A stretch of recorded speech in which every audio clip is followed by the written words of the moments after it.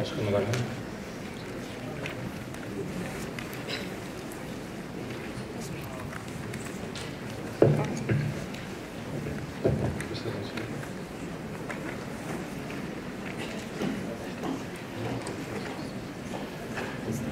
Alors tout d'abord, c'est un grand honneur pour moi d'avoir été convié à ces premières journées organisées par HIDAB, Association of Gastroentérologie, qui a d'ailleurs réussi le pari de fédérer ce monde qui est présent ici dans la salle, comme quoi le privé peut énormément contribuer dans la diffusion du savoir et avec, pourquoi pas, avec une meilleure organisation dans la participation aux travaux de recherche. Alors, je vais vous parler de quelques aspects thérapeutiques de l'infection à Helicobacter pylori.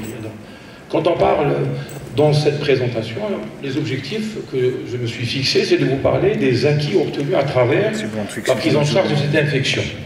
Comment les préserver, enfin, quelles sont les perspectives, et je voudrais par là parler de quelques aspects de la cancérologie gastrique. Alors, on ne peut pas parler d'Helicobacter pylori sans parler de ces deux chercheurs australiens, Warren et Marshall, qui, plus de 20 ans après la découverte de la bactérie, Helicobacter pylori, ont obtenu le prix Nobel de médecine. Cette bactérie qui colonise de manière spécifique l'estomac de l'homme, une bactérie gram-négative de manière très inexpliquée, car dans un environnement censé lui être hostile, et pourtant se protégeant grâce à la sécrétion d'un micro-environnement alcalin, elle arrive à vivre et provoquer pas mal de lésions. En Algérie, il faut rendre hommage aux gens. On ne peut pas parler d'Helicobacter pylori sans faire allusion au professeur Touchen, qui, il y a plus de 25 ans, a créé le laboratoire algérien de recherche sur Helicobacter pylori, dont je vais me baser sur quelques résultats pour illustrer certains aspects de l'infection. Alors, depuis sa découverte, jusqu'en 2022, cette infection a fait l'objet de plus de 47 000 publications, à travers lesquelles on a amélioré bon nombre de nos connaissances, parmi lesquelles l'infection Helicobacter pylori est l'infection la plus fréquente dans le monde, puisqu'elle arrive à toucher plus de 4 milliards d'individus. Alors comment la diagnostiquer pour entrer dans le vif du sujet? Eh bien, en pratique courante, on met en évidence HP par deux tests. Avant traitement, c'est l'histologie. Quand l'endoscopiste fait des biopsies gastriques, il arrive à l'histologiste vient étudier la pièce de biopsie pour vous montrer ces quelques bâtonnets, voilà un peu Helicobacter pylori, c'est une bactérie gram-négative. Et c'est un test qu'on utilise plutôt avant traitement. Après traitement, surtout quand le patient ne veut pas refaire son endoscopie, le gold standard, c'est le test respiratoire dont le principe est basé sur l'activité uréasique d'Helicobacter pylori. On fait ingérer au patient, on fait souffler le patient avant et après ingestion de urine marquée au carbone 13, et voilà une machine qui analyse les concentrations avant et après ingestion de carbone 13, et c'est exprimé sur cette courbe-là, le DOP, ça s'appelle le DOP, et ce patient-là présente un test positif puisqu'il a un DOP supérieur à 4.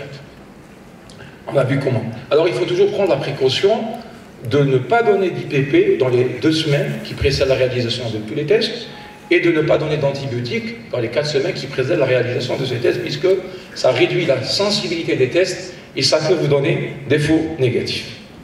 Alors quand Helicobacter pylori colonise l'estomac de l'homme, elle va induire des lésions inflammatoires. La lésion la plus fréquente, c'est la gastrite atrophique.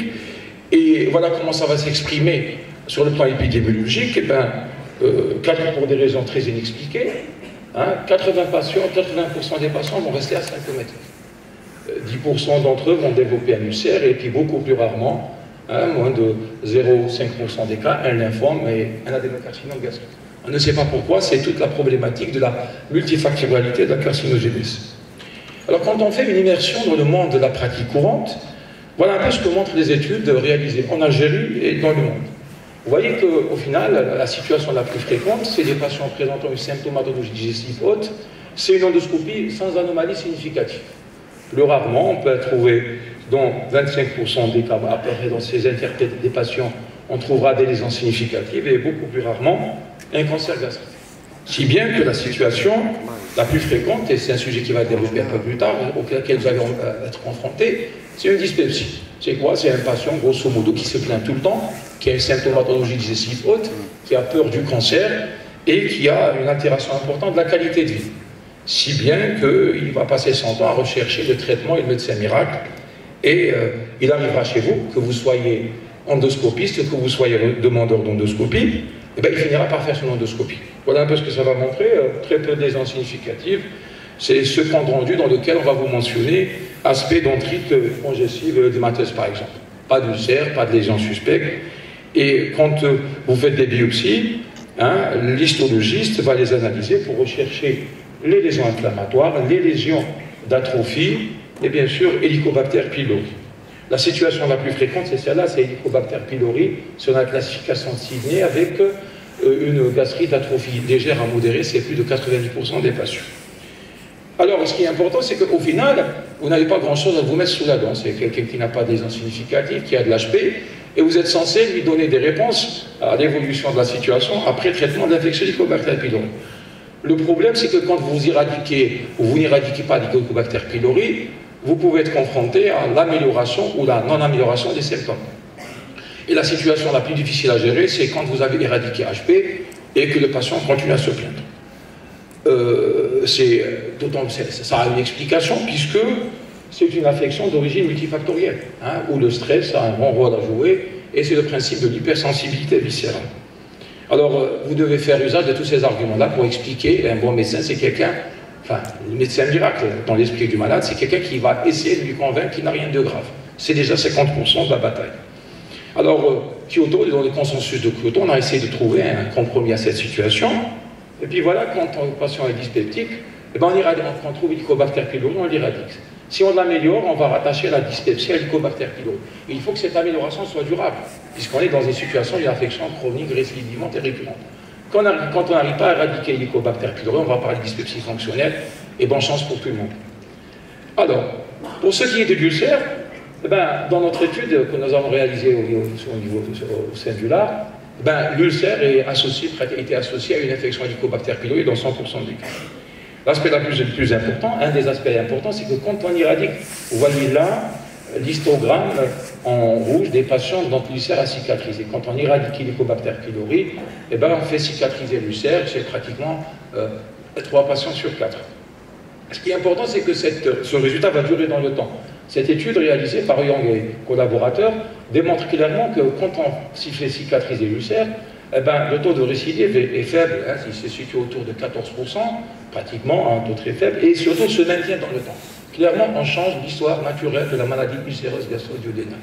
Cet impact est d'autant plus intéressant que dans cette étude que nous avons réalisée à l'hôpital de Kouba, toujours par le biais du LAR, on a démontré que le nombre d'ulcères perforés opérés a chuté pratiquement de manière très significative. Vous voyez que à la fin durant les années 90, le nombre d'interventions pour ulcères compliqués se situe autour de 6 à 7%. 10 ans, 15 ans plus tard, on se retrouve à un pourcentage qui se situe à moins de 2% des cas. Et quand vous allez dans la pratique de tous les jours, vous voyez que le niveau chirurgien et les chirurgiens ne savent plus faire de vagotomie. Si bien que l'ulcère a complètement disparu du paysage des urgences de gastro-entérologie, d'une manière générale des urgences chirurgicales. Alors, un mot sur le lymphome, c'est un des gros progrès. Quand on a ces lésions pareilles, un gros pli, une ulcération suspecte, on est sans un aspect d'infiltration ici localisé, on doit évidemment faire des biopsies. Alors, quand on tombe sur un lymphome malin, non-hodgkinien, peu infiltrant, c'est-à-dire avec une infiltration à l'écrandoscopie inférieure à 5 mm, on peut obtenir l'éradication d'Helicobacter pylori périmé d'obtenir une rémission dans le cadre du lymphome dans 60 à 80% des cas, à condition qu'il n'y ait pas d'infiltration supérieure à 5 mm à l'écrandoscopie et qu'il n'y ait pas d'adénopathie périgastrique. Un autre facteur de résistance, c'est la présence d'une translocation 11-18, c'est une étude génétique qu'on ne réalise pas en Algérie, mais qui est un argument de décision thérapeutique. Donc, et puis ça se répercute, la stratégie d'éradication d'Helicobacter pylori a un impact sur la pratique courante de tous les jours. Vous voyez que j'ai pris par exemple la série sur laquelle nous avons travaillé. En 2008, on a vu 41 lymphomes gastriques chez plus de 2600 patients endoscopiques. 7 ans plus tard, on en a vu 4,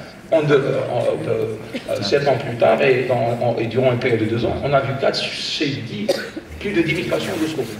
Clairement, et vous l'avez tous constaté dans votre pratique courante, l'incidence des lymphomes malins, non-hodgkiniens, de bas grade, de malignité a clairement diminuer. Donc il y a de véritables acquis. Si je vais vous souhaiter bonne chance avec la dyspepsie fonctionnelle, avec l'ulcère et le lymphome, les acquis sont certains, palpables, visibles, et il faut essayer de les maintenir. Alors, en Italie, le résultat se confirme avec les lymphomes.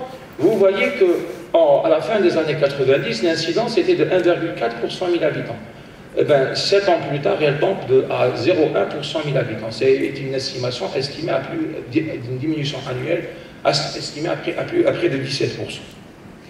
Et ça vaut la peine de traiter l'infection Helicobacter pylori, puisque dans l'étude que nous avons réalisée, le taux de réinfection annuel est faible. Il est de 3% par patient par an. C'est une manière de quantifier le taux de réinfection. Et c'est un résultat qui a tendance à se confirmer dans le monde, en particulier dans les pays développés où ce taux de réinfection est inférieur à 3%. Vous voyez ici des taux un peu élevés, mais ces études-là posent des problèmes méthodologiques. En particulier, ils ont été réalisés au moment où on ne contrôlait pas très bien l'étude histologique après éradication, après traitement éradicateur. Alors, voilà un peu le design de la situation. Donc, il y a de vrais acquis à travers l'éradication de la bactérie. Alors, comment préserver ces acquis? Ben, tout simplement, il faut continuer à traiter, surtout quand l'enjeu est de taille. Quand vous avez un patient